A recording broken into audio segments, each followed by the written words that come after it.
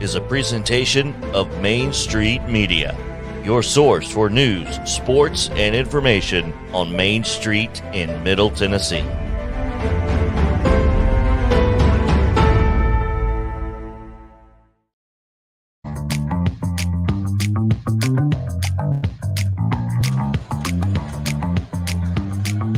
Welcome into Main Street Sports Today, live from Murphy Center in Murfreesboro, side of the TSSAA Blue Cross Championships. Today on the program, we will be joined by Summit boys basketball coach Jim Fay, former East Nashville coach, by the way. Also, we will be joined by Michael Odom of the Mirror Exchange from Milan, Tennessee.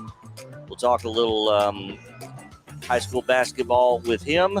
Speaking of basketball, the NCAA tournament's obviously underway. Tennessee with a huge win yesterday. We'll react to all of that day one, preview day two, and you never know who else may stop by. We're live from Murphy Center. This is Main Street Sports Today for Friday, March 18th, 2022. Now with the Hall of Famer Mo Patton, here's the Sundrop Kid from Alabama, Chris Yao. Oh, what is going on, folks? Hope you guys are having a phenomenal end of the week. It's Friday, and it doesn't get any better than being right here at Murphy Center for the state semifinals in 3 of the 4 classifications. I know that a lot of folks are getting ready for tomorrow's state finals, but you got to get there first, and the only way to get there is to win today, or unless you are in the Class 2A, you won yesterday. So we will get into all of that a little bit later today's show. Mo, how are you? I'm all right. It's Friday. That's a good thing. There's that. You guys ready for all of the things we've got going on this weekend? I'm not ready for all of the things we've got going on. I'm ready for a couple of the things we've got going on. Some of them I don't have to be worried about. Well, JP. Yes, sir. Why don't you tell us about all the things we have going on this weekend? Give us yesterday's results, this weekend's schedule on the rundown. Yes, it is the rundown. The Friday Rundown is brought to you by Chip Walters, Exit Realty, Bob Lamb, and Associates. The voice of the Blue Raiders also wants to be your trusted advisor in real estate. Contact Chip at 615-542-1915 or through his website at choosechip.net. Chip Walters, proud to support local youth sports in southern Middle Tennessee. All right, here we go. High school boys basketball, the Class 1A quarterfinals. Hampton over West Carroll, 60-56. It was Clay County easily over North Green, 70-42. Peabody 63-48 over McKenzie. East Robertson down to MAHS by a single point, 50-49. The Class 2A semis, Milan 59-41 winners over Tyner Academy. It was East Nashville 64-53 over Power Center. High school baseball, a busy Thursday. Lipscomb Academy 2-1 winners over Bob Jones from Alabama. Gallatin falls to Hillcrest from Alabama. It was Ravenwood down by Leon from Florida, 8-4. Brentwood defeated Milton, Florida, 8-3. Westmoreland over Gatlinburg Pittman, 10-8. It was Lebanon 3-2 winners over Anderson County. Stacia Camp fell to Carnes, 10-9. CPA shut out McMinn County, 7-0. Shelbyville fell to Murfreesboro Central, 8-1. It was Stacia Camp 9. South Doyle won. Blackman 6-5 winners over Warren County. DCA 12-0 over Gordonsville. MTCS 19-1 winners over Laverne. It was Portland 8-1 winners over Macon County. Oakland 8-3 over Hardin Valley. Riverdale gets a win over Grissom from Alabama. Siegel 22-2 over Father Rhine. Wilson Central falls to Smyrna 6-2. Nolensville downed by Stewart's Creek 7-6. Loretto falls to Russell from Alabama 10-5. East Hickman 7-6 winners over Mount Pleasant. Portland 13-5 winners over Sycamore. Marshall County falls to Richland 4-3. Brentwood 15-0 over Noble from Oklahoma. Columbia Central 7-5 and a milestone victory for Coach Pickle. We'll talk about that coming up, I'm sure. Hickman County 11-1 winners over Hampshire. It was Clarksville 5-4 over Henry County. Innsworth down Dixon County 8-7. Independence shut out Dixon County 10-0.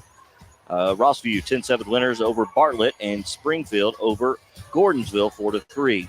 High school softball, Blackman 12-5 winners over Tullahoma. Community 6-3 over Culleoka.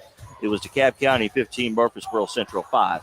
Marshall County 4-3 winners over Columbia Central. Riverdale 5-0 shutting out West Ridge.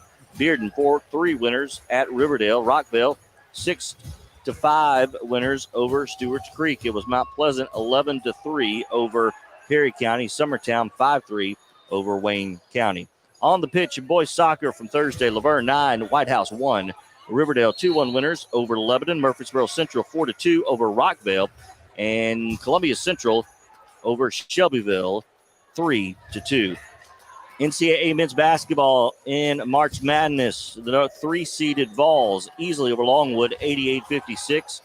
In women's basketball, the WNIT Vanderbilt big over Murray State 73-47.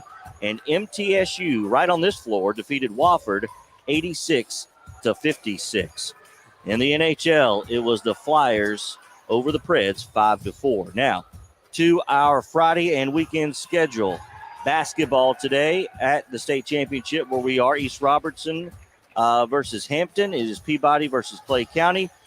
Those are 1A semifinals. 3A semifinals. Greenville over Stone Memorial earlier today, and it was Jackson Southside over Fulton in a thriller. 4A semifinals. Bartlett and Dobbins-Bennett currently in action, and Dobbins-Bennett leading 37-34. That in the third quarter. Later on, it'll be Lebanon and Bearden. High school baseball, doubleheader in DeKalb County for Lawrence County. Tennessee Heat and Joe Burns will play. Culleoka hosts Community. Riverside Christian at Hampshire. Loretto welcomes Spring Hill in the Lamb Cup. Eagleville at Mount Pleasant today. Lexington at Murfreesboro Central. Fayetteville at Santa Fe. Nashville Christian welcomes Columbia Academy. At the Playing for Cure tournament, CPA versus Sevier County. Lebanon in Knoxville Halls, Montgomery Central and South Doyle. Station Camp plays Morristown East. At the Grand Slam Challenge, Green Hill and Shelbyville will play. Smyrna versus Blackman. Columbia Central versus Laverne. Clarksville versus Rockvale. Hardin Valley versus Siegel. Mount Juliet and Tullahoma. Ensworth and Clarksville, Warren County, and Dixon County. All of those Friday first pitch weather pending. Saturday, Mount Pleasant at Richland. Zion Christian at Moore County. Lexington hosts Wilson Central. Clarksville Northeast at Henry County. Loretto will be at Columbia Academy. Father Ryan will be at MTCS. It'll be Playing for Cure on Saturday. CPA and Pigeon Forge. Lebanon versus Bearden. McMinn Central and Station Camp. Science Hill, CPA, Station Camp, and Kings Academy. At the Grand Slam Challenge, Shelbyville and Mount Juliet will face off. Dixon County and Blackman. Coffee County versus Oakland. Rockville will take on Shelbyville. Clarksville and Siegel. Coffee County will also play Siegel. Lexington takes on Stewart's Creek. And the Red Hawks also take on Tullahoma. Father Ryan versus Tullahoma, Warren County, and Green Hill. Columbia Central will take on Ensworth. Smyrna versus Clarksville. Beach versus Dixon County. At East Robertson Spring Break event, Macon County and East Robertson. Sycamore, Trousdale County. Portland takes on Gordonsville. Summertown will play DCA. Trousdale County will play Summertown, and Clarksville Northwest versus Springfield. Springfield will also take on DCA. High school softball on Saturday. Portland will take on Fulton. Shelbyville versus Blackman. Loretto at Community. At the Spring Classic, Father Ryan and Macon County will play. MTCS versus Macon County. The Commando Classic, Independence will take on William Blunt. Beach in Oakland. Green Hill, Oakland. White County, Page. Page will also play Corinth out of Mississippi. Riverdale, they'll take on Gibbs and the Lady Knights. Rockvale will play Creekwood and West Ridge. Columbia Academy will take on Siegel. Smyrna will play William Blunt and Lebanon. Cheatham County will take on Bearden and Laverne. Creekwood plays Sycamore. Gallatin will take on Bearden and Laverne. Hendersonville, the host, will take on Corinth for Mississippi and White County. Lebanon will play William Blunt. Columbia Academy will take on Wilson Central. Nolensville will take on Gibbs and the Lady Knights. Clarksville will play Beach and Green Hill. Dixon County versus Wilson Central and Siegel. And at the Zion Christian Invitational pool play, that has been canceled. The Commando Classic continues. Let's see. I believe that's it there. Zion Christian. This is boys soccer now. We'll take on Columbia Academy. At the Smoky Mountain Cup, Fairview versus Pigeon Forge. Knox West versus Siegel. Brentwood will take on McGill-Tulane from Alabama. Station Camp will take on Cornerstone Christian from Texas. Station Camp will also play Fayetteville from Arkansas at the Red Raider tournament. It is Green Hill and Fayetteville. That's also, Tennessee there. that is Tennessee Fayetteville? Yeah. Okay. All right. Appreciate that. Smoky Mountain Cup continues. Coffee County and Fayetteville, and Valor Collegiate versus Hendersonville. College baseball weekend series looks like this. Jacksonville State is at Lipscomb. Hey, there's right up the road there, Chris. Yep. Wofford was at Belmont. Austin P will take on St. Louis. Doubleheader on Saturday, and will continue on Sunday. And then the Blue Raiders welcome Old Dominion just across the way here from Murphy Center. Tennessee and South Carolina will play. In Division II, Trevecca has a series against Ohio Dominican. Cumberland will take on Campbellsville, and Columbia State at Ball State. It's a doubleheader today. Weekend series for college softball. Tennessee at SEMO. Lipscomb at North Florida. Belmont at Austin P. MTSU welcomes Southern Miss, and Arkansas is at Tennessee. Division II softball. Kentucky Wesleyan at Trevecca. It is Cumberland at Pikeville, Columbia State at Ball State. Men's basketball coming up today, 4:15. No, tomorrow, Saturday. That is tomorrow. Tennessee at Michigan, or versus Michigan. It is in the NIT. Dayton will be at Vanderbilt on Sunday at 2. That's on the Deuce. And MTSU will play Saturday. Is that here? No, it will not be here. Daytona. That's right. California Baptist. That's right. Their tournament is down there. In the CBI. The CBI. Women's basketball. Tennessee in the NCAA will take on Buffalo Saturday at 2. That's on ABC. And Belmont will play Oregon 4:30 on the Deuce. NBA tonight, the Grizzlies take on the Hawks. And Sunday, they are at the Rockets in Houston. NHL, the Preds are hosting Toronto Saturday at 6 on Valley Sports South. And we've got MLS action on what day? Saturday? Yes. Nashville SC it's tonight. Tonight? Yeah. Nashville SC at Real Salt Lake. That's 8:30. That's on my TV 30. And that, I believe, will do it for our Friday rundown. This is brought to you by ChooseChip.net.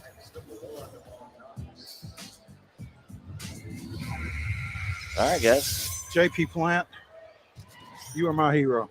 That was the longest rundown in the history of our rundowns. Ever. Yeah, this we're gonna watch somebody fall, and it's gonna be our fault. Oh well. But also watch where you're walking. You know. Yeah. Anyway, real quick, we've had the top story all week, and we don't really have time to get into it, but it's not really a whole lot to get into other than we're excited to hear the historical league names for minor league baseball are back. We are excited to hear International League and Pacific Coast League and Southern Texas League. League instead of AAA East and AAA West and AAA South and the like. And apparently what MLB didn't tell us about that was the reason they did that last year was because MLB had to acquire Those the names. use of those names, which if they had told us that last year, it would have been a lot easier to Digest. Yeah, but transparency ain't their thing. Not always. They do struggle with that sometimes, but at least we got them back. And Nashville and Memphis are now in the International League, which has been about 20 or 30 years coming. It's been a while. I'm glad to see it. Super excited. And same league that we had last year, same teams will be in it, but it is an actual league name now. So when you hang the banner, it won't look goofy. Yeah, exactly. And we're gonna hang some banners. George. All right, that's it. Let's take a quick break. We've got former East Nashville basketball coach, current Summit coach Jim Fay joining us to talk about the last time the Eagles made the state finals and his experience during said state finals appearance. The Eagles advanced to the state finals yesterday. So with a win over Power Center Academy. So we'll talk to Jim Fay on the other side of the break. Stick around. Main Street Sports Today returns after this.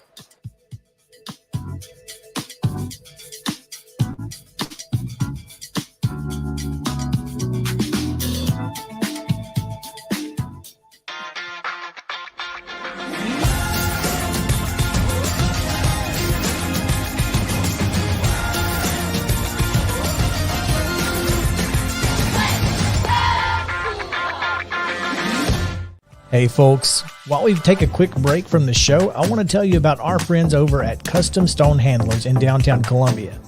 Ed Rich and his team at Custom Stone Handlers believe in leadership. And outside of the military, our greatest leader building platform is sports. Custom Stone Handlers proudly encourages young people to get in the game. You can contact them today at 931-490-4990 or visit CustomStonehandlers.com. Jones & Lang Sporting Goods here in Columbia has been outfitting teams, officials, and anybody else from T-ball to college for 50-plus years. Be sure and check them out at 931-388-8060 or online at jonesandlang.com. Jones & Lang Sporting Goods, the look of a winner. Zion Christian Academy, ZionEagles.org or 931-388-5731. You can schedule your appointment. Go tour their campus. It is beautiful over there, and you're definitely going to want to see it. Again, it's ZionEagles.org. Give them a call, 931-388-5731, and schedule your tour today. Are you an enthusiastic sports fan? Want to have fun and get in on the action? Heck yes, that'd be awesome. Have great attention to detail? Want to stay active? Definitely. Want to give back to the student athletes in your community? Obviously, yes. Then you'd make an excellent high school sports official. We need more officials in Tennessee, because with no high school officials, there are no high school sports. Sign up today at highschoolofficials.com.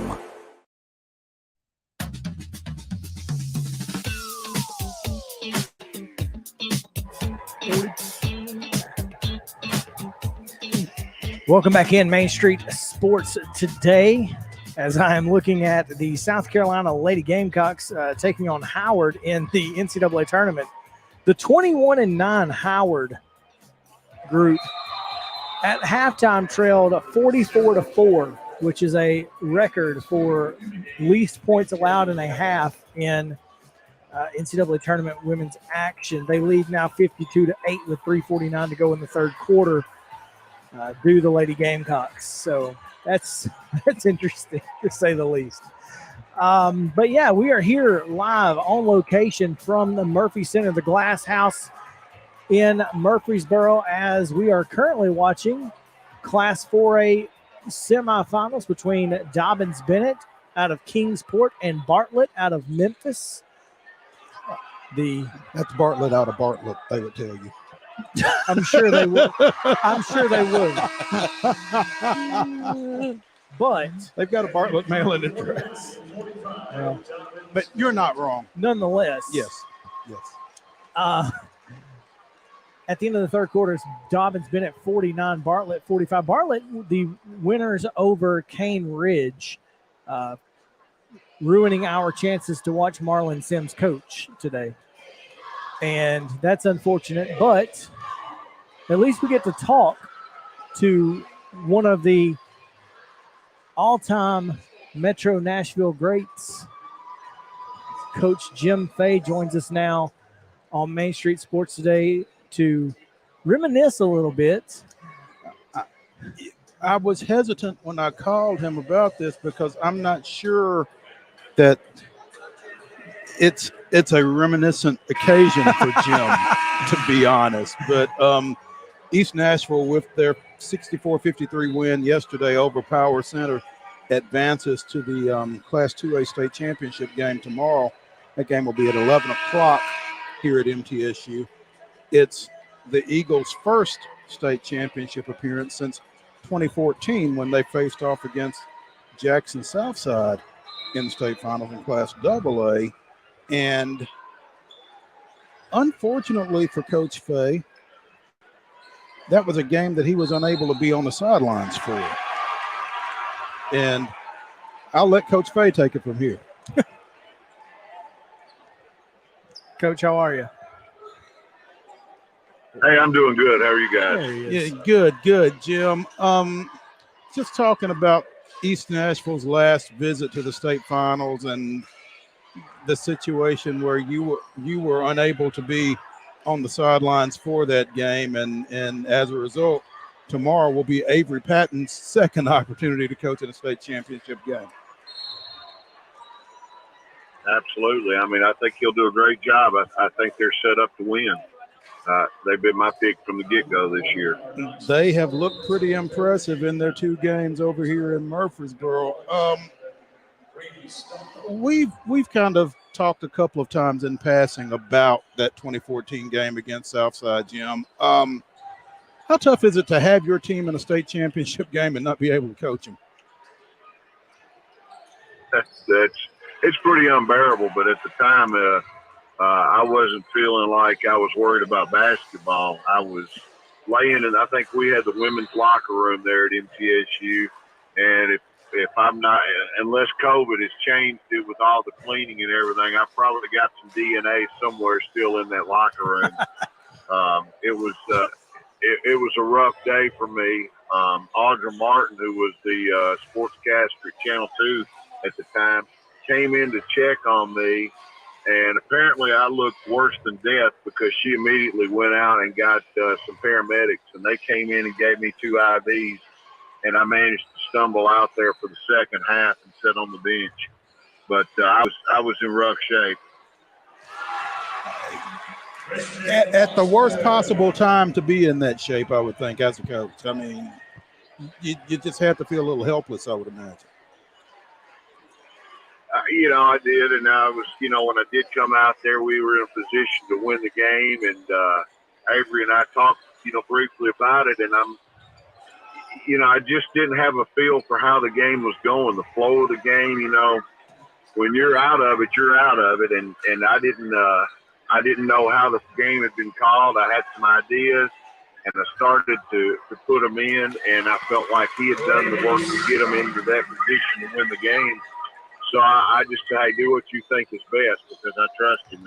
And he did a great job. And, when it was all said and done, they made a few more plays than us in the second overtime. But we had a chance, great kids that we had there at East. And, I love that team. It was really a special group. It just didn't work out. So a rematch then? No. This will be East Nashville and Milan. Oh, that's Southside's right. in 3. Southside's in 3A. Mm-hmm. Sorry. No. I was like, Southside just won, so I'm very confused. No, that's interesting. So, we watched East Nashville play in that quarterfinal game against Summertown, and they've got a couple of really good kids, senior kids, and I'm sure that you've seen them a couple of times. Did you see this coming from what you saw of this team over the last couple of years? Did you see that this team specifically had the best opportunity to do what they're about to do? I watched them. So when I left, and Jared Taylor had just come over as a freshman, came over at Christmas from Innsworth High School, and he played for me. I ended up coaching our JV team that year as well. And he ended up playing on that freshman sophomore. Well, I say JV, it was a freshman sophomore league in Metro, and he helped us win the championship. So I knew he was going to be really good. There were some other good pieces there. Willie Wilson was a player there. He didn't play on that particular team. He was playing varsity only. And then I had a few other guys that were really, good players there. So when I left East, I did leave a state tournament team. I had no doubt that they would get back to the state tournament. And, there's been some pieces added. I felt pretty good. At the time, I had Isaiah Jones that was there with me and played in the state tournament when we made the semifinals in 2019. And his younger brother is Jalen Jones. So I felt like Jalen would come to East. But, things change over time. But fortunately, he came to East, and he and Jared Taylor and Willie and also Jordan Crawford that came over as well. Jordan and Jalen came from the same middle school, Brick Church, I believe. And those guys have been really, really good over there. So I felt good about their opportunity to be highly successful. Well, they've certainly lived up to it, and it's been a great run for East Nashville. as an athletic program in general, I was involved in a little Facebook chat. There's not a whole lot of metro schools that have had a boys basketball team and a football team in the state finals in the same school year, which is what East Nashville is looking at right now, having played Alcoa in the Class 3A football championship game back in December. So pretty short list, but again, just kind of a testament to a great run of athletes. I like the basketball team's chance better than the football team. There's no Alcoa. There's no Alcoa in this league, in this division in basketball, I can tell you that. Yeah, this Milan team, you know, they've come out of West Tennessee. They've been a little unheralded. I'm interested to see how this ball game goes tomorrow. But Milan beat Fairview in the sectionals, which Fairview had lost to Summertown in their region finals there. But up here in Murfreesboro, Milan has beaten York Institute 62-55 in the quarters, and then they beat Tyner out of Chattanooga 59-41 yesterday afternoon to claim that other championship game berth. And we're going to talk to Michael Odom from the Milan Mirror Exchange here later in the show. But the comment that he made to me in describing that ball game with Tyner was, you know, it turned into a bar fight, and Tyner didn't want any part of it. I would advise the Bulldogs to be careful of maintaining that mindset going into tomorrow. Yeah, that's not the way you want to be going into something with East Nashville, because they're going to throw down with the best of them. They're going to be very comfortable in that environment. Oh, absolutely. They're going to get after it. When you're talking with Jalen, you got one of the top point guards in the entire country. And Jared Taylor is probably, for a Mr. Basketball finalist, he's probably one of the most unheralded kids that you're ever going to run into as well. And that's the thing; those kids at East are tough kids. They're not bad kids. They are tough. They can handle situations, and they're going to compete every second of the way. And they get it from Avery. Avery's the tough guy. He's going to push them out there, and he's going to have them fight back. Anything that comes at them, they're going to come right back with it. Jim Fay, Summit basketball coach, with us here on Main Street Sports today. Jim, as we wrap up, Lebanon is getting ready to take the floor at the end of this Dobbins-Bennett-Bartlett game, which with 3:39 remaining in regulations, Dobbins-Bennett leads at 56-53.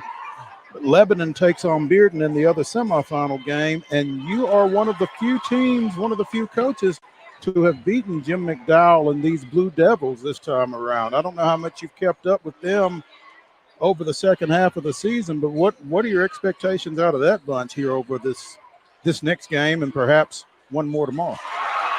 Yeah, I'm still trying to figure out how I could beat them and not hardly anybody else this year. But they are really talented. They lost one of their talented guards and honestly haven't missed a beat.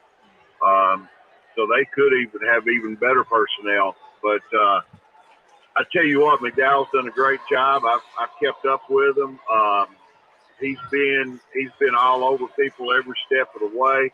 You got to understand he's got a 6'8" junior. I think Jared Hall is a junior. Mm-hmm. And he's the real deal. I mean, he's a power 5 basketball player, really talented kid. But people don't think about Yarn Alexander. I don't know if I said that right or not, Yarn or Yarn, but that guy can play. And I was really concerned about him. He hasn't had the hype that Jared Hall has had, but Alexander can flat out play. He can do a lot of things. So I think it's going to be a really interesting game. McDowell's done a great job. You know, Bearden looked pretty impressive. I guess they led Cane Ridge most of the way. I didn't see a lot of that game, but kind of gone back and checked out bits and pieces of it from NFHS video. But, yeah, I think it ought to be a really top-notch game. I mean, tradition-wise, you'd have to give the edge to Bearden, but the way Lebanon played day before yesterday, it certainly didn't look like they had any hesitations or deer in the headlights feel from their first state tournament game the other day. I thought they were really impressive. Didn't look like the Murphy Center bothered them too much at all. You're right. Yarn Alexander was the district MVP, I believe, in that district. So certainly his normal foes know just how good Yarn Alexander is, but does everyone else? That's the question. We'll find out later today. But Coach Faye, thank you so much for taking some time with us. We appreciate it as always. Appreciate you having me, guys. All right, when we come back, we'll talk some March Madness in the college ranks as the NCAA tournament got a little crazy last night. It's not gotten very crazy today, unfortunately, but it did get wild last night. So we'll talk about that when we come back here on Main Street Sports Today. Back after this.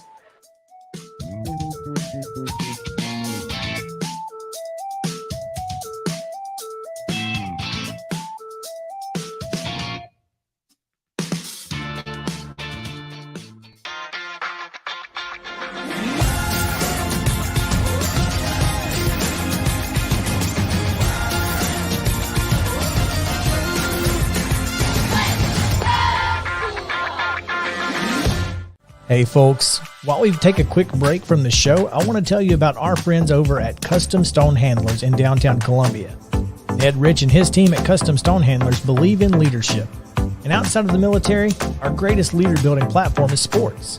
Custom Stone Handlers proudly encourages young people to get in the game. You can contact them today at 931-490-4990 or visit CustomStonehandlers.com.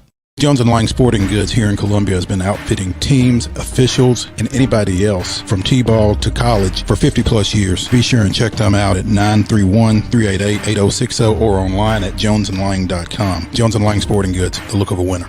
Zion Christian Academy, ZionEagles.org or 931-388-5731. You can schedule your appointment. Go tour their campus. It is beautiful over there, and you're definitely going to want to see it. Again, it's ZionEagles.org. Give them a call, 931-388-5731, and schedule your tour today. A game without a crowd is just a scrimmage. A performance without an audience is just a rehearsal. Without your presence, high school sports and the performing arts aren't possible. Ensure that these essential extracurricular activities continue to enrich the lives of students in Tennessee. Purchase a ticket to your local high school's game or performance. This message presented by the TSSAA.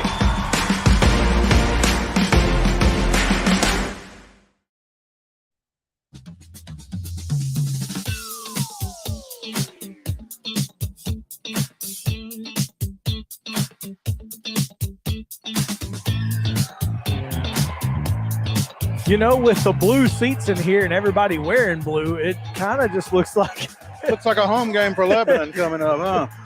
or for Bartlett right now, who is wearing their royal blue uniforms, or that MTSU may be playing at some point.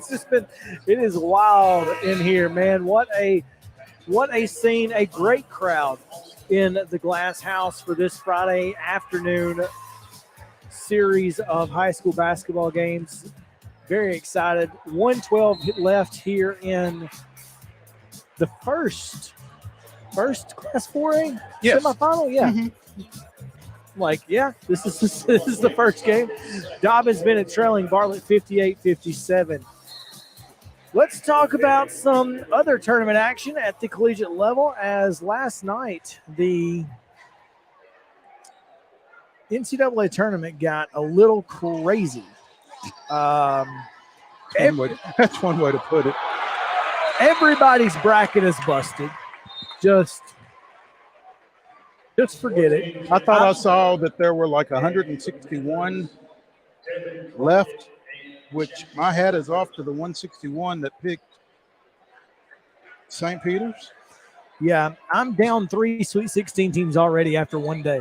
I've not looked yet, and I guess now's as good a time as any. Yeah, UConn got me, Kentucky got me, and Iowa.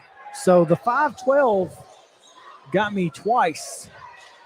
I started to pick New Mexico State, and then I figured, surely not. Surely not. Surely not. And surely they did. And yet here we are. Exactly. Yeah. So let's see. So I know I lost that one. Well, I guess the real question, how far did each of you have Kentucky? I had Kentucky in the Final Four. I did too. I had Kentucky in the Sweet 16, losing to Purdue. So I lost UConn. You lost UConn, Kentucky. I lost Kentucky. What did Virginia Tech and Purdue do? They both won, right? Purdue and Virginia Tech both won. Arizona. Wait, no, Virginia Tech has not played. Purdue is winning 63-39. Oh, They're going okay, to that's win. right. Yeah, okay. All right. I did pick Michigan over Colorado State. Well, good job. Yeah. No one cares.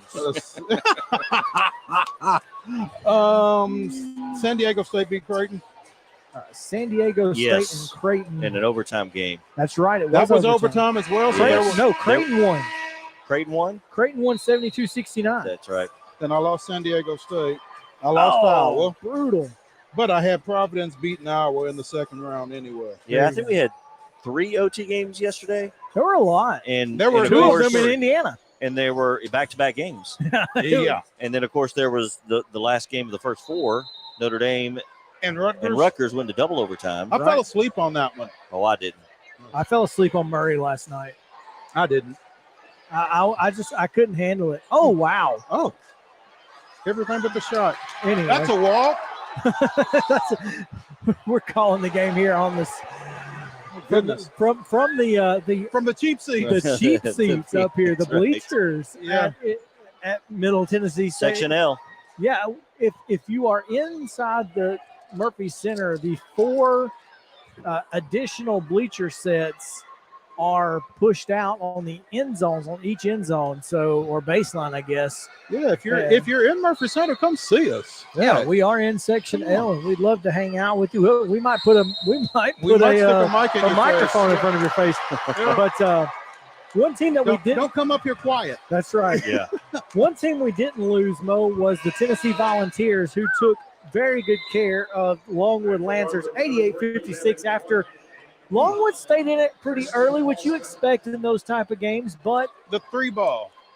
Tennessee was able to knock down the 3, and that's how you win in the Did they NCAA hit tournament. 11 in the first half? No, they hit eight in the first half. Yeah. And they were from everywhere. Yeah, Vescovy had 4 himself. And Triple J, Josiah Jordan-James had a couple. good Lord. Just a really good. He might turn pro just off this postseason. What he has done in the SEC tournament and this tournament to this point, he's as good as we expected him to be. And I think one of the things that a lot of people have not had, don't give Rick Barnes credit for, is much like Brian Snicker, he kind of stuck with his guys and said, listen, we might lose a couple here and there, but when it gets crunch time, they know I believe in them, and they have the ability and they have the confidence in themselves. And Because I've shown confidence because in them. I've shown confidence, and that is worth its weight in gold. You know what? That's a heck of a parallel there. Brian Snitker, Rick Barnes. It really is. But Because I've called for both of their firings in the middle of the year. and you probably weren't wrong at some points either. But I like that. And like you said, Rick has put some people out there at some times when we've not necessarily agreed with them being put out there. But he's won a lot more games than we have. He has, as a matter of fact.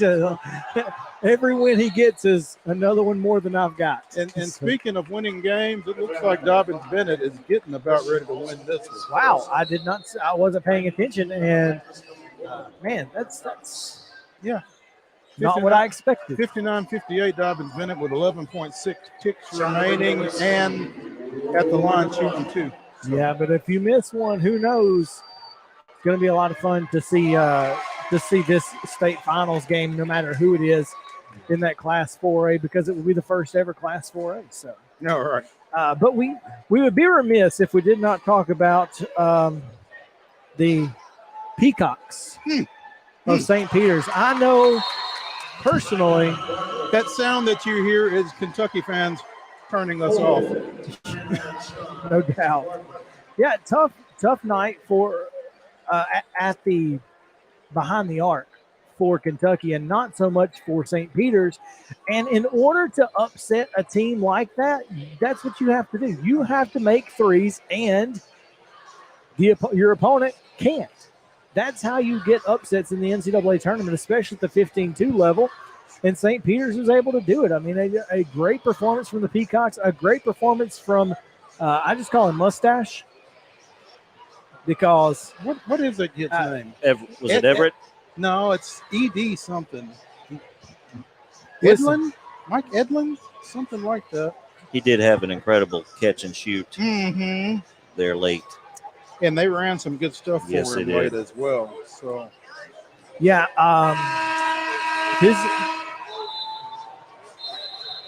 his name was Edert.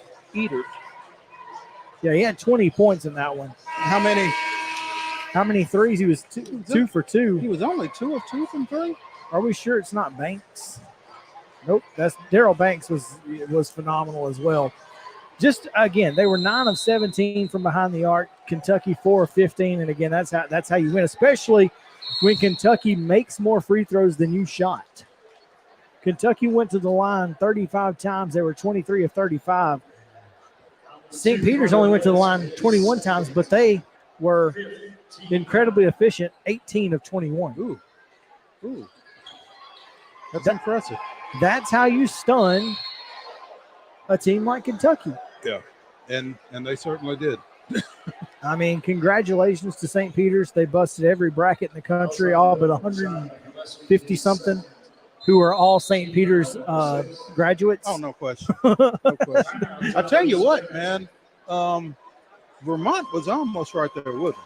Well, so I actually picked Vermont over Arkansas because, I really didn't think Arkansas was in a great position, and I thought Vermont had great guards, and I picked Vermont. Obviously, they came up just a bit short, not, 75-71 Arkansas. Okay, so I'll let you in on the secret here. I'm the ultimate homer, I guess, because I picked Gonzaga to win it all. But you got an SEC everywhere else. UT, Auburn, Kentucky. And you almost didn't pick Gonzaga. I almost did not pick Gonzaga. And matter of fact, let me go on record let's go on with record that one right now.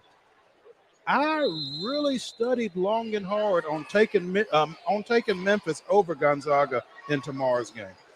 I didn't ultimately, but no overtime. No overtime. Remember how I said that Lebanon game wasn't going to get off at 2:30? It may not get off at 3:30. Well, the madness is contagious. It really is. It has trickled down. Man. Yep. Madness has trickled down here to the glass house where Dobbins Bennett hits a three-pointer at the buzzer to thwart Mo's assertion that Dobbins Bennett was getting ready to win a chance to play for a state final. Well, it's been delayed at the very least. Yeah. So, anyway. So Memphis beating Gonzaga, would that surprise you as tomorrow, JP? Would that surprise you? If Memphis beats Gonzaga? Yeah. Yeah, it would surprise me a little bit. I've got Gonzaga winning it all. It wouldn't shock me, but it would surprise me a little bit. I mean, Memphis definitely has the talent to win that game. And we saw that Gonzaga, against a really athletic Georgia State team, had some issues. Now, they figured it out. Once Timmy got going, I think Georgia State had some folks foul out. They had some foul issues, too. Yeah. And they didn't have much depth, and so that really hurt them. Memphis obviously has a lot more size that can compete against Timmy. So I expect it to be more competitive, but I think Gonzaga certainly will find a way. Well, should be fun. Let's take halftime break here, and then to get back to the second half here in just a few minutes on Main Street Sports Today.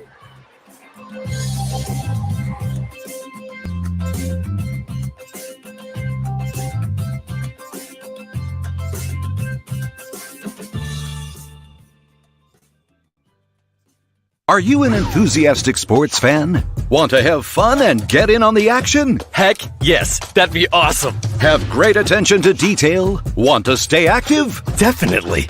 Want to give back to the student athletes in your community? Obviously, yes. Then you'd make an excellent high school sports official. We need more officials in Tennessee. Because with no high school officials, there are no high school sports. Sign up today at highschoolofficials.com.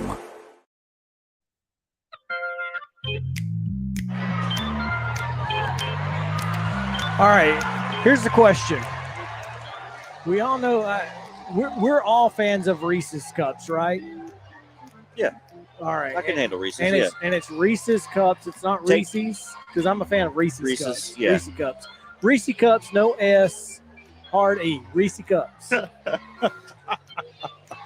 Anyway. Ain't that how you say it? That's not right. Reese? I believe Reese's Cup. I believe that is how you say it. I don't believe it's right. I do believe that's how you say it. That's how you say it, yeah. Right. It's certainly how it's said here in the South. The South. If you had a choice, are you choosing Reese's Cups, or are you going with the shapes that they make? Cups. Cups. So the best Reese Cup is a cup. See, I disagree. I'm an egg fan. I think the Reese egg from Easter is the perfect blend of chocolate and peanut butter. They get it exactly right. I don't know that I've had a egg. Oh to man, be honest. Find the Reese egg, and I'm telling you, it's way better than the cups. What do you think? It's been a while since I've had it, but we are in the season for that. Sure.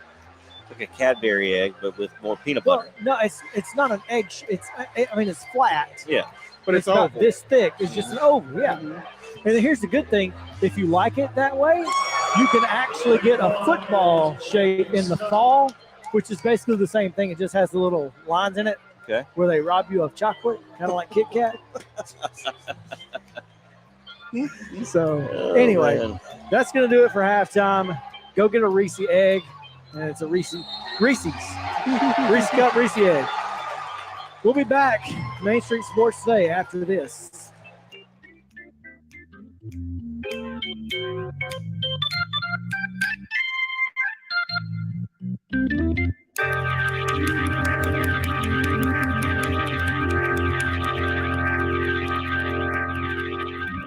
A game without a crowd is just a scrimmage. A performance without an audience is just a rehearsal. Without your presence, high school sports and the performing arts aren't possible. Ensure that these essential extracurricular activities continue to enrich the lives of students in Tennessee. Purchase a ticket to your local high school's game or performance. This message presented by the TSSAA.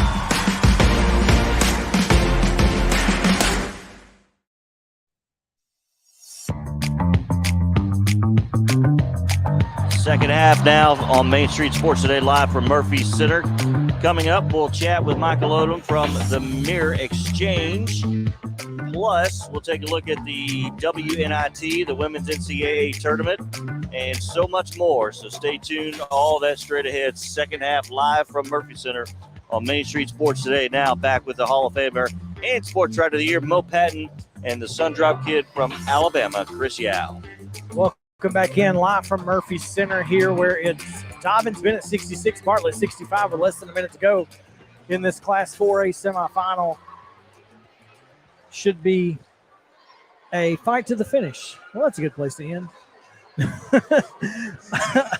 we are joined on the headset. Michael Odom is here with us, and Michael, we're going to talk a little bit about women's college basketball. If you want to weigh in at any point, feel free. We will certainly let you. But I'm in the 93rd percentile, 3 out of 4 correct picks so far in my women's bracket. The lone incorrect pick, I did not pick South Dakota to beat Ole Miss in the 10-7 matchup, which is just my fault, because in the 10-7 matchup, you always go with the 10. It just almost never fails. Well, Murray State would beg to differ on that one. Yeah, but it took them extra time to get there. It did. But they got there. They did. No, I did not pick South Dakota over Ole Miss either. I don't know what else has taken place this morning because I've been kind of involved with some other stuff. South Carolina, a 79-21 winner over Howard. Miami. After leading 52-8 at one point. 44-4 at half, 52-8 in the third quarter. Miami defeated South Florida to get a chance to play South Carolina. That's unfortunate for them. Creighton downs Colorado, a 10-7 upset. Always the 10-7s, man. Always the 10-7s. And currently, Florida Gulf Coast at the end of the third quarter up 62-54 on fifth-seeded Virginia Tech. Poor Virginia Tech. We'll get to that here in just a moment. Oh, dude. And that's Nebraska leading Gonzaga right now 13-8 in the first quarter, but that's where we stand in the women's tournament. South Carolina easily advances, and Florida Gulf Coast looking to knock off fifth-seeded Virginia Tech. And Virginia Tech's coach was pretty upset about having to play Florida Gulf Coast because this is a team that's ranked in the top 25, and we talked about this in both the Associated Press and the coaches poll, and yet a 12 seed in the tournament, and that just doesn't make a lot of sense to me, doesn't make a lot of sense to you, and doesn't make a lot of sense to Virginia Tech. No, it doesn't make any sense at all to Virginia Tech. So, and you know, when you talk about underseeded teams, this is what you miss. It's not just an injustice to the team that got underseeded. It's also the team that team has to play that gets wronged in the process. Yeah, I bet Longwood would have rather played Kentucky. or maybe Auburn, considering the way that game with Jacksonville State started. Yeah, but certainly. Yeah, I'm just, I'm looking forward to this weekend because Tennessee does get a chance to get on the court against Buffalo at Thompson Bowling Arena. And, the cool thing about that is in the event that Belmont's able to pull the upset, Tennessee Belmont at TBA would be a lot of fun just because it's, women's basketball in the state of Tennessee. No doubt. Yeah, that would be certainly an intriguing matchup.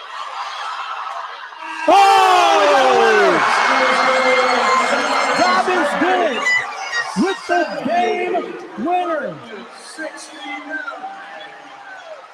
Holy cow. What an incredible finish we have here in As I was saying, Dobbins Bennett getting ready to win this one. This guy.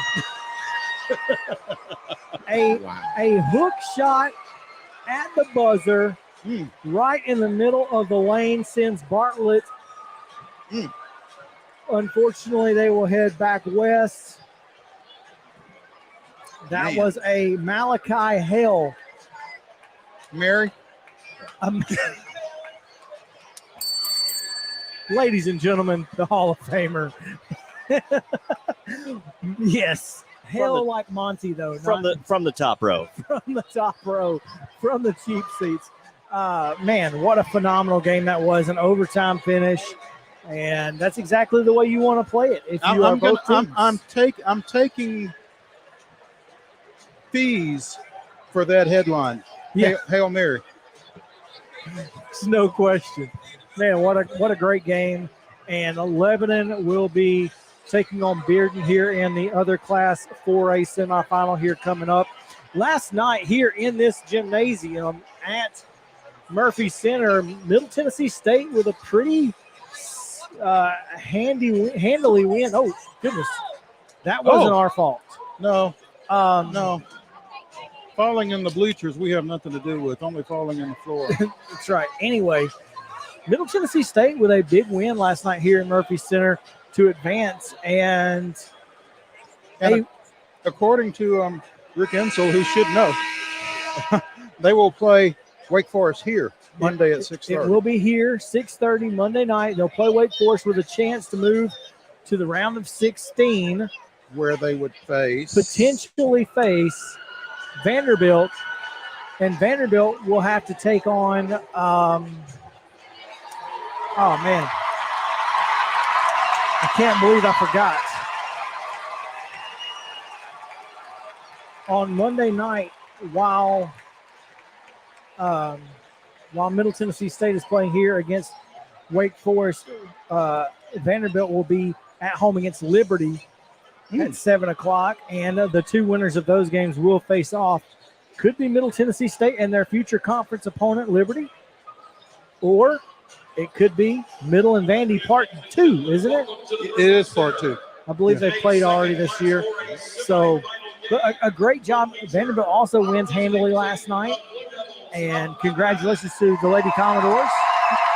Commodore women. You're right. Yeah, don't call them ladies. They're not. Yeah. Spartan women. Yeah, there we go. Anyway, so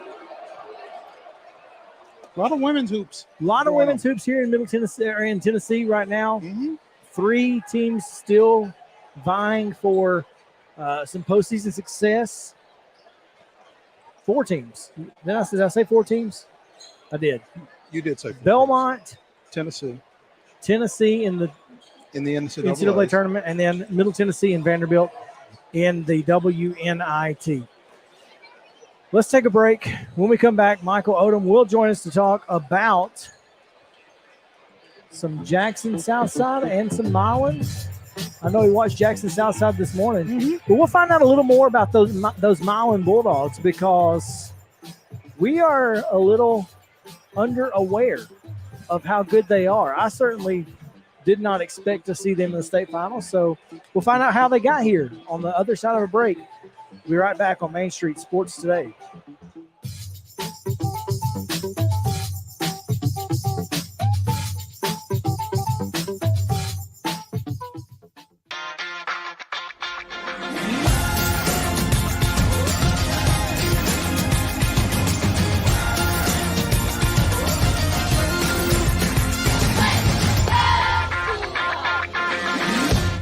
Hey folks, while we take a quick break from the show, I want to tell you about our friends over at Custom Stone Handlers in downtown Columbia.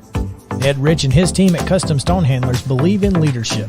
And outside of the military, our greatest leader building platform is sports. Custom Stone Handlers proudly encourages young people to get in the game. You can contact them today at 931-490-4990 or visit CustomStonehandlers.com. Jones & Lang Sporting Goods here in Columbia has been outfitting teams, officials, and anybody else from T-ball to college for 50 plus years. Be sure and check them out at 931-388-8060 or online at jonesandlang.com. Jones & Lang Sporting Goods, the look of a winner.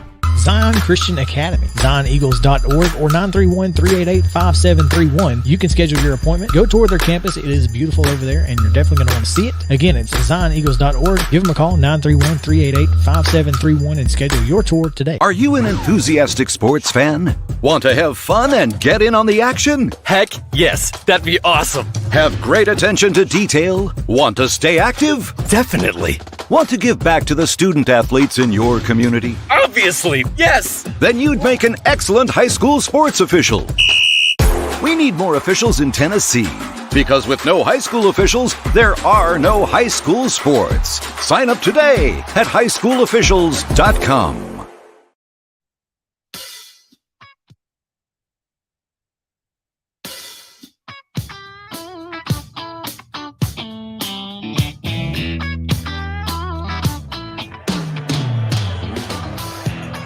Welcome back into Main Street Sports Today. Getting ready for this Lebanon-Bearden Class 4A semifinal. The winner will take on Dobbins-Bennett on Saturday in the nightcap. But we're a little more interested in the 2A finals, as the Milan Bulldogs will take on the East Nashville Eagles. Sorry, I was in my head there. East Nashville. Yeah, we've already. I was like, that can't be right. We just talked about East Nashville, but you're right. East Nashville, who comes in ranked number 1 in Class 2A in the final Associated Press poll. But the Bulldogs have certainly earned their way to the state finals, including starting in the region tournament where they were pretty dominant with a win over Hickman County, then defeated Union City to get to the region finals where they That's a heck of a region, by the way, that reaches from Centerville to Union City. Yeah, where'd they play that region tournament? Good Milan. Oh, there you go. Oh, Milan didn't have to travel. And then that's brutal. Yeah, Milan down Gibson County 54-33, and we know that Summertown defeated that Gibson County team in the region or in the sectionals, where Milan took down Fairview 47-37 in a game that I thought was a little bit of a surprise. That Fairview team really good, but Milan took care of business. Michael Odom joins us now. Michael, thanks for taking some time. No problem. I'll talk Milan anytime. Well, let's talk about that 47-37 win over Fairview, because one of Fairview's wins, and they had a heck of a year this year, but one of their wins was over an Independence team that lost to Lebanon in the Class 4A section. You know, one thing that set Milan apart all year has been their defense. Jason James has taken over the program this year. Former UT Martin coach? Yes, he coached UT Martin for 3 or 4 years.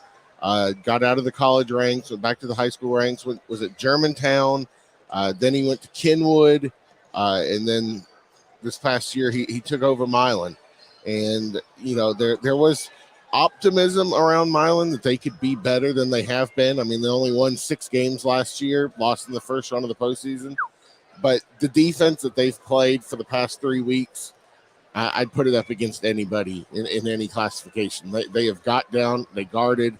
I mean, last night against Tyner, they held them to 16 points through, you know, almost 3 quarters. It wasn't until a Tyner 3 at the end of the third that gave them 19 points that was the difference. And what you've got to realize, and Michael can back me up on this, basketball in Gibson County, boys basketball in Gibson County has a little tradition.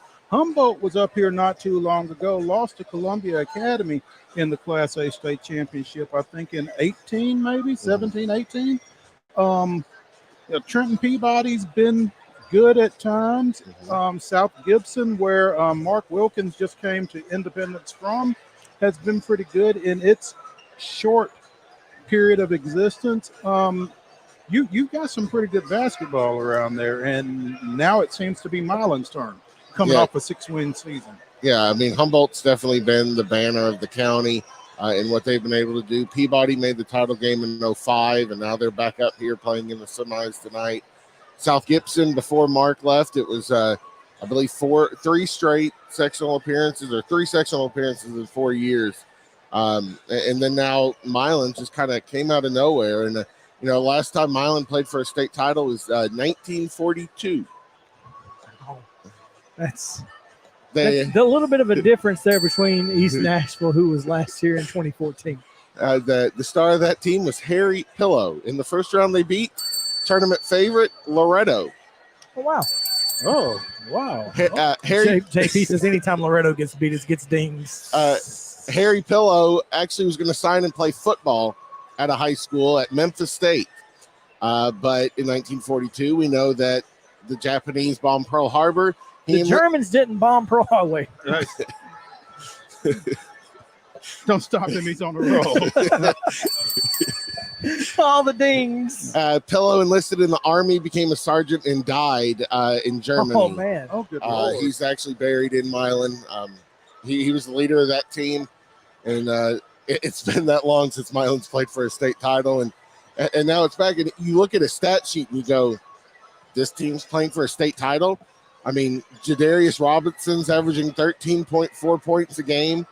And then next up is Cameron Tharp, their post player, who's averaging like 6.1. And you're going, they're playing for a state title. And but if they're holding people at 37 points, exactly, you're going to have a shot. This is how you win. Yeah, clearly. Yeah, they get down and defend, and they get in your face. And, you know, they took 4 charges last night against Tyner, and Tyner's like, I don't know what to do. They just kind of quit. They quit attacking, and it wasn't until the fourth quarter when they put on their press, full court press, and kind of got some turnovers that they were able to start scoring the ball. Certainly interesting. This Milan team has played really well all throughout the postseason, but they run up against a very athletic East Nashville team with a couple of really good guards. How do they stop those two guards tomorrow to give themselves a chance to win? They've got to shorten the game. You're going to see they're not going to hold the ball, but they're going to execute an offense, and they're going to take time off the clock. And that's what they did early on against Tyner last night. Is they didn't go for the quick shots unless it was wide open, easy layups for Jadarius. They're going to run an offense. They're going to move the ball, try and find those open looks, and then on defense, they're going to have to get in their face. Cam Tharp's going to have to stay out of foul trouble because he is their post player, and they're going to have to find some players on the bench that can hit some threes. Yesterday, it was sophomore Carson Pruitt, hit 2 big threes in the first half before he got a tech for kind of pointing at the guy and saying, "You can't guard me." But he wasn't wrong. Regardless of the accuracy. Michael, as you talk about Milan and the fact that the Bulldogs have kind of hung their hat on defense, particularly through this postseason, I don't know if you've had a chance to see East Nashville yet or not. It would feel like to me they're going to have a challenge staying in front of Jalen Jones and Gerard Taylor. Oh, yeah, without a doubt. I mean, going into the tournament, East Nashville was the favorite, and I still think they're favored tomorrow. But, I mean, what a run Milan's put together. Like you said, I mean, Fairview is very good. They had some great shooters. York had Nick Smith, who is definitely one of the best players in 2A, and fought them to double overtime. And, Tyner had a big kid inside that scared me going in. I thought that he would give Milan trouble, and Tyner was more athletic. They were faster. Milan just seems to find a way to win. And you can't overestimate that ability either. I mean, there's something to be said for it. And it's never happened at Milan. Milan's always been the 6, 7, 8 wins. We hope to get to the first round of the district, and then it's over. I mean, they haven't made the region tournament before this year since 2005. So, I mean, they've lost in the first round of the district every year. So they've played way deeper into the basketball season than their baseball coaches used to then, huh? Yeah. And that's a key there. It's interesting because when you think about that, and now I'm sure some of these players were part of the state finals football team from a couple of years ago. I guess it was last year. But still, this is a big moment. You're playing for a gold ball tomorrow, and that can sometimes get to you. I agree. This is a big moment. They had, like I said, they haven't even been in the region tournament, so the moment has been big for them every game. But here's the backside of that. This is the first time that they played past the district tournament in 17 years. These guys are playing with house money. Yeah, there's that. I mean, the fact is that there's no reason for them to come out here tight tomorrow. Their parents didn't even play in the state tournament. Their last state tournament appearance was 68. Yes. So these kids' grandparents would have had to play in the tournament, not their. I mean, that's so exactly. You've got nothing to lose. Go out and play your game and see what happens. And I think that's what they've done. I think that's both games. They've came out loose and they play defense, and what do they have to lose? They're not expected to be here. Nobody. They're heroes whenever they go back to Milan. Oh, I agree. I mean, Jason James. I think he could be at Milan the rest of his life. I mean, he can name when he wants to leave. I mean, Milan's going to keep him as long as he wants to stay. He's a great coach and a great guy to be around. I've really enjoyed being around him this year and just talking to him after games. And we've talked about being in the moment. And, he wants his guys to just be in the moment, enjoy it, take it one game at a time. I know that's cliche, but enjoy it. And that's what I feel like they've done throughout the postseason. Michael Odom, sports editor of the Milan Mirror Exchange, with us here on Main Street Sports Today. as we are getting pregame starting lineups announced for the Lebanon-Bearden game here that's coming up in just a second. Michael, I'm not sure how heavily you'll be covering that 3A game, but Jackson Southside is a team that you've seen here over the past few years, and seeing them here is, as opposed to Milan, nothing new. No, Southside playing in the state tournament's nothing new. They played for the state title last year, and they outplayed Greenville at times last year, but couldn't hit free throws and lost it late. And they had their star on the line, and he couldn't convert free throws, and Greenville won a state title. And I think that's something they've thought about since last March. They've talked about it in the interview room. It's been on their mind since March 20th of 2021. They want to get back here, and they wanted to get another shot at Greenville. Well, I'm going to tell you, Jalen Cole, number 12 for Southside. Come on. I would take him on my team any day. Well, funny moment. He was late to the interview room because in his celebration, he hit his head on the door and was bleeding from his head. So he walks into the interview room with a towel on his head as he's dripping blood because he celebrated too hard. Hey, play hard, Celebrate play hard. Exactly. And he would not let them lose. It didn't look like today. I mean, I don't know how many points he wound up with, but his value wasn't just in his offense, I don't think. No, he played all over. He was big on the boards against the very physical Fulton team. And, you know, Jalen Cole's a heck of an athlete. He played in that game last year and played a key role. Rico Sane, who was a Mr. Basketball finalist, was key last year. Cam Anderson, he is one of the football players. He's their leading wide receiver. He is signed with Lane College, so he will be a Dragon. He'll be a Dragon.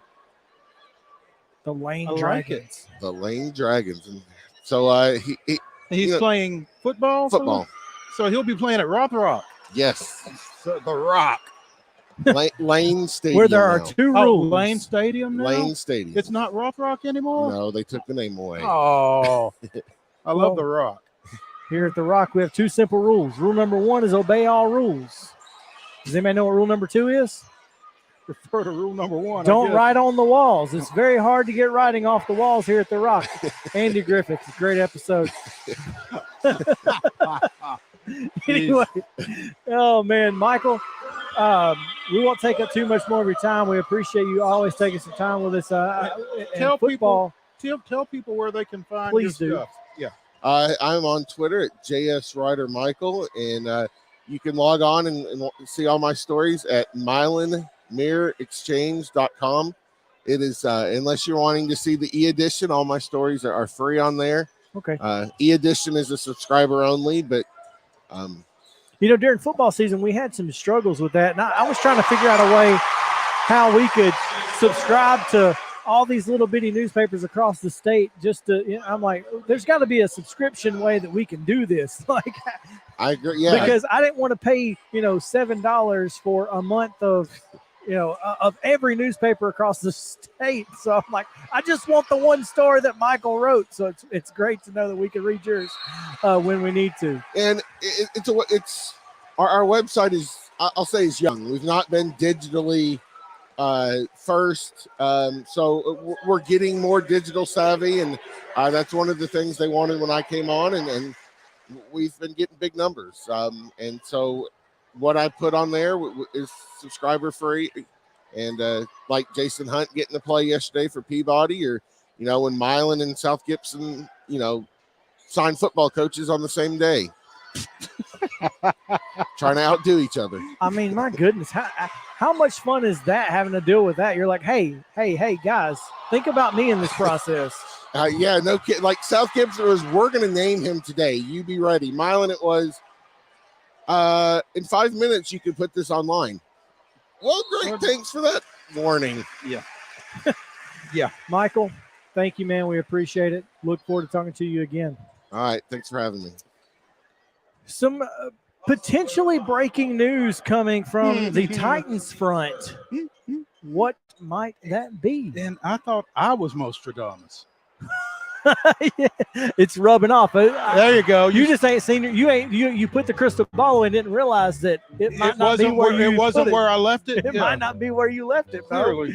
Yeah. Y'all come back with us. We'll tell you what that breaking news is, and we'll talk about the Atlanta Braves because some interesting news has come out about Freddie Freeman, and there's several milestones were hit yesterday in a lot of different areas. So we'll get to all of that in, I guess, Mo's grab bag. On the other side of the break, stick around. Main Street Sports Day returns after this.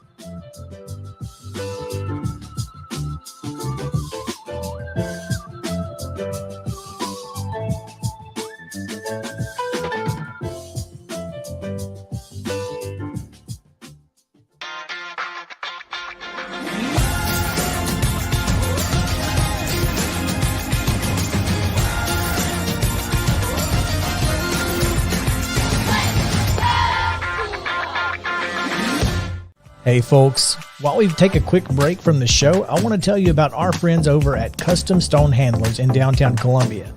Ed Rich and his team at Custom Stone Handlers believe in leadership. And outside of the military, our greatest leader building platform is sports. Custom Stone Handlers proudly encourages young people to get in the game. You can contact them today at 931-490-4990 or visit CustomStonehandlers.com. Jones & Lang Sporting Goods here in Columbia has been outfitting teams, officials, and anybody else from T-ball to college for 50-plus years. Be sure and check them out at 931-388-8060 or online at jonesandlang.com. Jones & Lang Sporting Goods, the look of a winner. Zion Christian Academy, ZionEagles.org, or 931-388-5731. You can schedule your appointment. Go tour their campus. It is beautiful over there, and you're definitely going to want to see it. Again, it's ZionEagles.org. Give them a call, 931-388-5731, and schedule your tour today. A game without a crowd is just a scrimmage. A performance without an audience is just a rehearsal. Without your presence, high school sports and the performing arts aren't possible. Ensure that these essential extracurricular activities continue to enrich the lives of students in Tennessee. Purchase a ticket to your local high school's game or performance. This message presented by the TSSAA.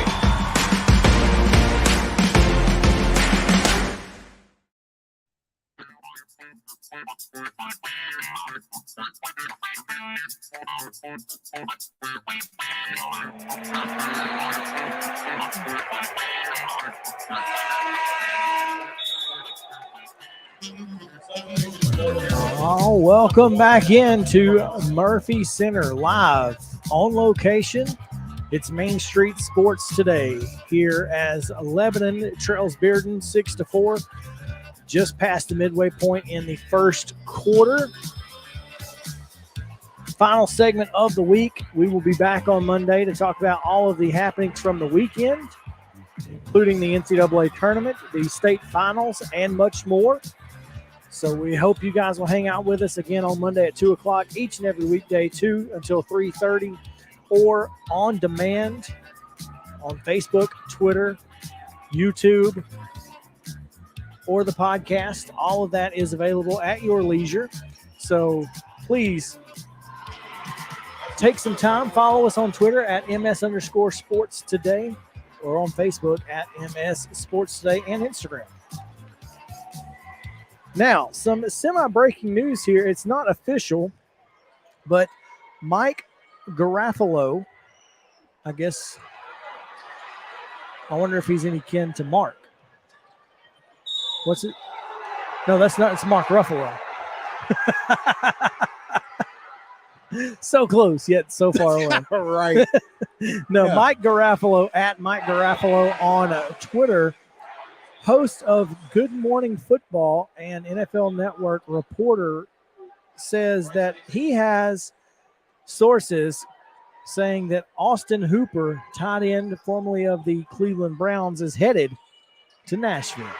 Come on. Which is exactly what we talked to Teresa Walker about yesterday, and she said it certainly had to be an option. You would think that he would be high on the list, and apparently He was. He was. And seemed to be tops of the list. The concern for me, as we talked to Teresa yesterday, was, J-Rob and the Titans didn't seem to be inclined to do anything early in the free agency period. And you have to be concerned that, as the old folks say, study long, study wrong. I mean, not sure how long Austin Hooper was going to be there. 1 year, $6 million deal. So, according to Tom Pelissaro, who apparently this seems to be it's got some legs. Yeah, this is probably happening. So, I mean, that's a great get. Kudos to them for recognizing, the need to be, pretty immediate with this and acting accordingly. So that's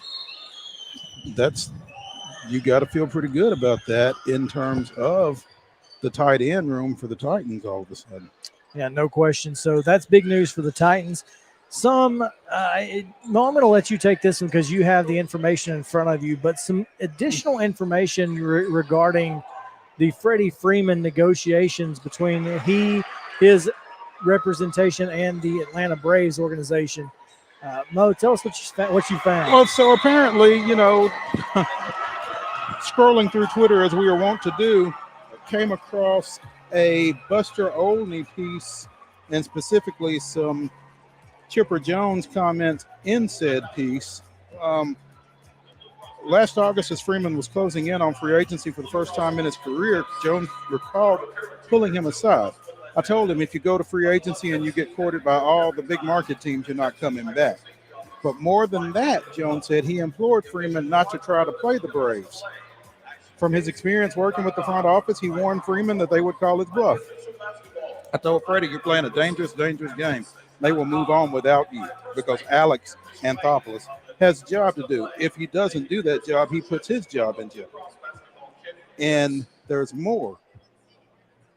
Apparently on Friday, March 11th, that was last Friday, there was a report that the Dodgers were making an intense push to sign Freeman. The next day, Close, I think that's agent Casey Close, and Anthopoulos spoke, and according to 4 sources, Close told Anthopoulos that the Braves had an hour, strike one.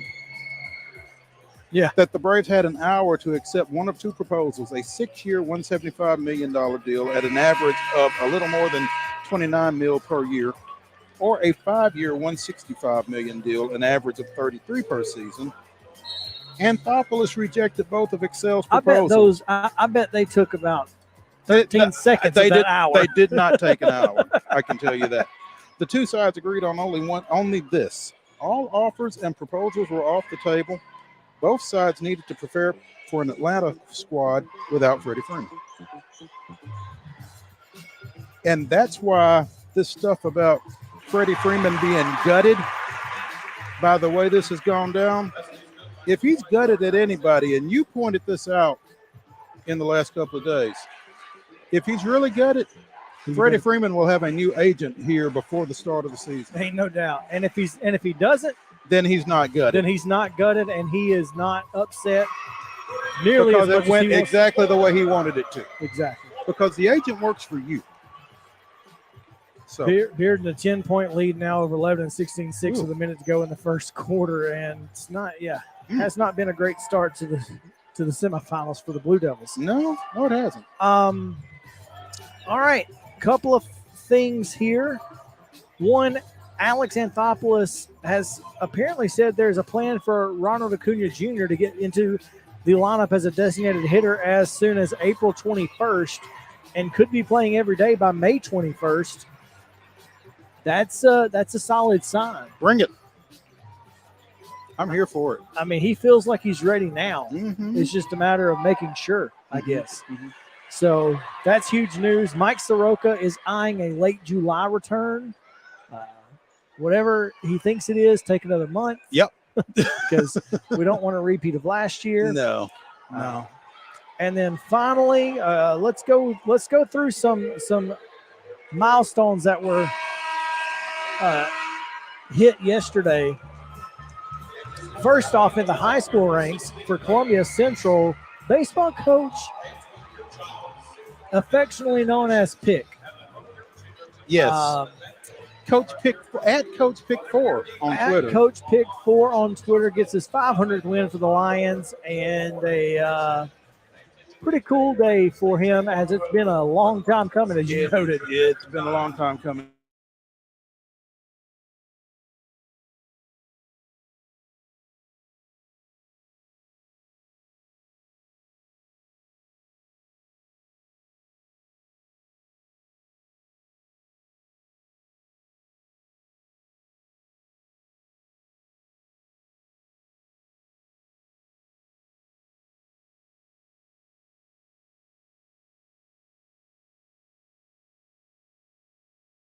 County 7-5 last night, scored a couple of runs in the bottom of the sixth and held on for that victory. So congratulations to Mark Pickle for win number 500 and the career that he's had in getting to that point. Again, story up on MainStreetMurray.com. For the Preds last night in a 5-4 loss to Philadelphia, plenty of big-time milestones in that one. Philip Forsberg ties the all-time goals mark in Nashville with 212 goals as a Predator, so that's pretty exciting. And did it with a between-the-leg shot. If you have not seen the highlight, go to @PredsNHL on Twitter and watch it, because it's a thing of beauty. A little flair, huh? Oh, he has a flair. Okay. There's no question there. I like it. Also, Roman Josi, with his 55th assist on the year, ties a single-season Preds record. That was pretty impressive. And then Tanner Jeannot sets a single-season record for hits, also with 212. So 212 goals, 212 hits. Those are both records for the Preds. Which is more impressive? 212 hits in a season? And it's not even like – and we're still not 20 done. games left. Yeah. So that mark's going to be pretty high when they get done. It's going to be pretty tough to break, you would think, once it's done. And we've talked about Tanner Jeannot all year. You know, come at him at your own peril, because he's not afraid of contact. He's not afraid to take you on, and he'll finish it or he'll start it. He exactly has no problem doing either or. So yeah. Big milestones again. Mark Pickle with his 500th win. Forsberg with the all-time goals mark. Roman Josi, 55 assists. And Jeannot with 212 hits, set records. All right. That's going to do it for this final show of the week here from Murphy Center. Bearden 16, Lebanon 8. Bearden at the line, though. 6:49 to go here in the second quarter. It's now 17-8. But if you want to hear the final, if you want to hear the rest of this game, join Tommy Bryan. He's on radio somewhere. So you can listen to Tommy on Main Street or find his report after the game at mainstreetpreps.com and in the Wilson Post. Again, we'll be back 2 o'clock to react to all of the weekend's hoops and more on Monday. We'll probably have some more Titans news and maybe some Braves news. They did get a win today, 3-1 over the Twins in spring training play, so that's exciting. So anyway, first of many. Just don't lose. Just keep going. That's gonna do it, man. So we appreciate it for JP Plant and Chris Yao. Mo. Ladies and gentlemen, the weekend.